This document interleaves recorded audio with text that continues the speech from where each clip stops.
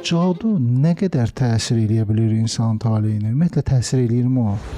Birinə əgərsə bir pislik eləyirlərsə, bir mənfi enerji, bir cadu eləyirlərsə, bu mütləq özlərinə qayıdır, mütləq. Bir qaynananın gəlinin taleyində, hətta nəvələrinin taleyində rol oynaya bilir.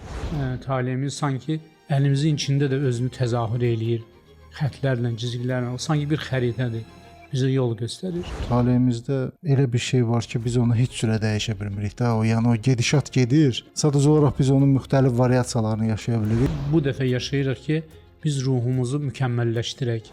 Taleyimizdə özümüz üçün rol oynaya bilirik. Burada doğum rəqəmlərinin böyük rolu var. Əl cizgilərində göstərir. Demək ki, orada bir proqram var. Demək ki, orada bir xəritə forması, bir kod var sanki.